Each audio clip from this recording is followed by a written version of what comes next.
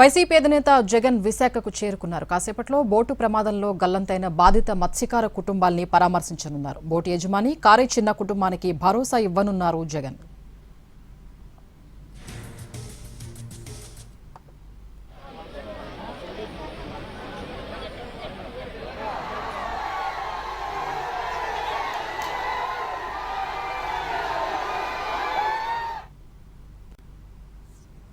మరి కాసేపట్లో వైసీపీ అధినేత జగన్ విశాఖకు చేరుకోనున్నారు. బోటు ప్రమాదంలో గల్లంతైన మత్స్యకార కుటుంబాన్ని పరామర్శించబోతున్నారు. మరిన్ని అప్డేట్స్ మా ప్రతినిధి చంద్రశేఖర్ అందిస్తారు. చంద్రశేఖర్,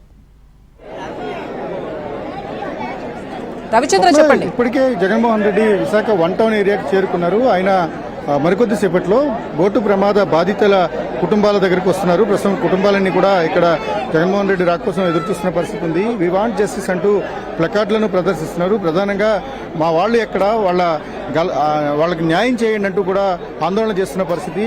10 రోజుల క్రితం జరిగిన ఈ బోటు ప్రమాద ఇన్సిడెంట్ తర్వాత ఇప్పటి వరకు కూడా గల్లంతైన వారి ఆచూకీ తెలియలేదు. గల్లంతైన వారికి సంబంధించిన సమాచారం కూడా లేకుండా బాధిత కుటుంబాలు తీవ్ర వేదనలో ఉన్న పరిస్థితి. మరోవైపు ప్రభుత్వం త్రిసభ్య కమిటీ ఇచ్చిన నివేదిక ఆధారంగా 10 లక్షల రూపాయల కాంపెన్సేషన్ను ప్రకటించింది. అయితే ఈ 10 లక్షల రూపాయల కాంపెన్సేషన్ ఎట్టి పరిస్థితుల్లో సరిపోదు అనేది ప్రధానంగా వైఎస్ఆర్ కాంగ్రెస్ పార్టీ చెప్తోంది. అదే సమయంలో బాధితులను రక్షించడంలో, ఎవరైతే బోటు గల్లంతైనప్పుడు వారు ప్రమాదంలో చిక్కుకున్న సమయంలో వారిని రక్షించడంలో కానీ, లేకపోతే తర్వాత ప్రభుత్వం స్పందించిన తీరులో కూడా చాలా జాప్యం జరిగింది. ఈ కారణంగానే 6 మత్స్యకారులు తమ జీవితాలను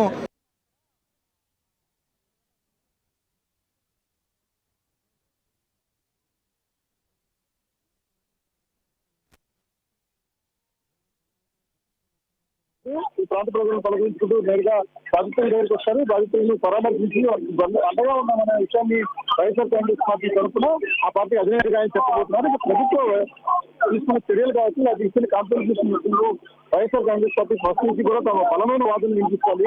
కనీసం 25 లక్షల రూపాయల పరిహారం చేస్తున్నట్టుగా ఉద్యోగ అవకాశాలను కల్పించడంతో పాటు వారికి శాశ్వత గృహవసతులు కల్పించాలని ప్రధానమైన డిమాండ్ గా మొత్తం జగన్మోహన్ రెడ్డి పార్టీ తరఫున ఏమైనా సహాయం కల్పిస్తారు, లేకపోతే ఎటువంటి భరోసాలు కల్పిస్తారన్నది మత్స్యకార కుటుంబాలను కూడా చాలా ఎదురు పరిస్థితి. వేలాదిగా మత్స్యకార కుటుంబాలతో పాటు స్థానికులంతా కూడా జగన్మోహన్ రెడ్డి పర్యటన కోసం ఈ ప్రాంతానికి తరలిస్తారు. ఓవరాల్ గా మరికొద్ది సేపట్లో ఇక్కడికి వచ్చిన తర్వాత బాధిత కుటుంబాలు పర్యటించిన తర్వాత జగన్మోహన్ రెడ్డి మీడియా ఇంట్రాక్షన్ ఉంటుంది. ఆయన మీడియాతో మాట్లాడి ప్రభుత్వం పైన, ప్రభుత్వ విధానాల పైన తన వైఖరిని స్పష్టం చేయబోతున్నారు. ప్రధానంగా మత్స్యకార కుటుంబాలకు మొదటి నుంచి కూడా అండగా ఉంటున్నది వైఎస్ఆర్ కాంగ్రెస్ పార్టీ అనే విషయాన్ని ఆ పార్టీ నాయకత్వం చాలా బలంగా చెప్తోంది. ఫిషింగ్ హార్బర్లు కావచ్చు, లేదా ఇతర సమస్యలు మత్స్యకారు గతంలో ఇక్కడ విశాఖపట్నంలోనే బోట్లు గద్దమైన సమయంలో కూడా ఉదారంగా వ్యవహరించి అప్పట్లో బోటులు కాలిపోయిన వాళ్ళందరికీ కూడా పరిహారం ఇవ్వగలిగాం. ఇప్పుడు ప్రభుత్వం 10 లక్షల రూపాయలు స్వీకరించుకుంటుందనే విషయాన్ని జగన్మోహన్ రెడ్డి గారు పార్టీకి సంబంధించిన నాయకత్వం చెప్తున్న తరుణంలో ఇటువంటి భరోసా మత్స్యకారుల కుటుంబాలకు వస్తుందనేది ప్రస్తుతం ఆసక్తిగా కనిపిస్తుంది. రవిచంద్ర, అయితే ప్రెసెంట్ మరి కాసేపట్లో అయితే జగన్ చేరుకోబోతున్నారు. జాలపేటలో పరిస్థితులు అయితే ఉద్రిక్తంగానే ఉన్నాయని చెప్పుకోవాలి. బాధిత కుటుంబాల నుంచి ఎటువంటి డిమాండ్స్ వినిపిస్తుంది, వాళ్ళు ఏం చెప్తున్నారు?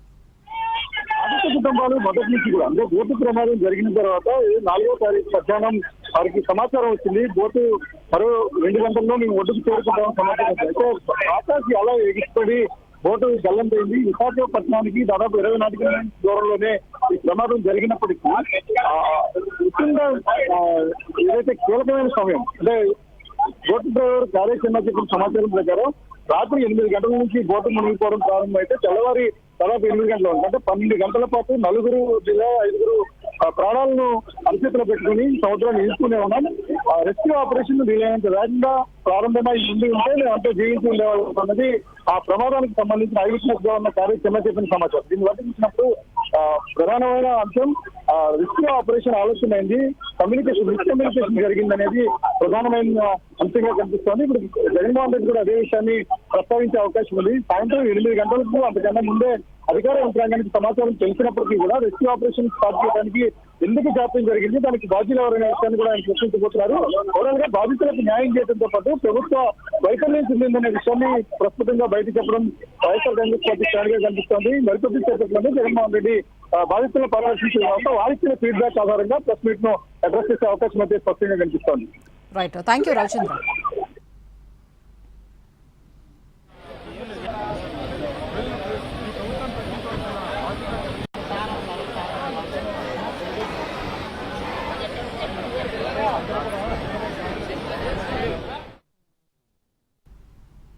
ప్రభుత్వ నిర్లక్ష్యం వల్లే మత్స్యకారులు చనిపోయారన్నారు వాసుపల్లి గణేష్. ఘటన జరిగిన తర్వాత ఆలస్యంగా రెస్పాండ్ అయ్యారని ఆరోపించారు. డే లైట్ అవర్స్లో చనిపోయారు.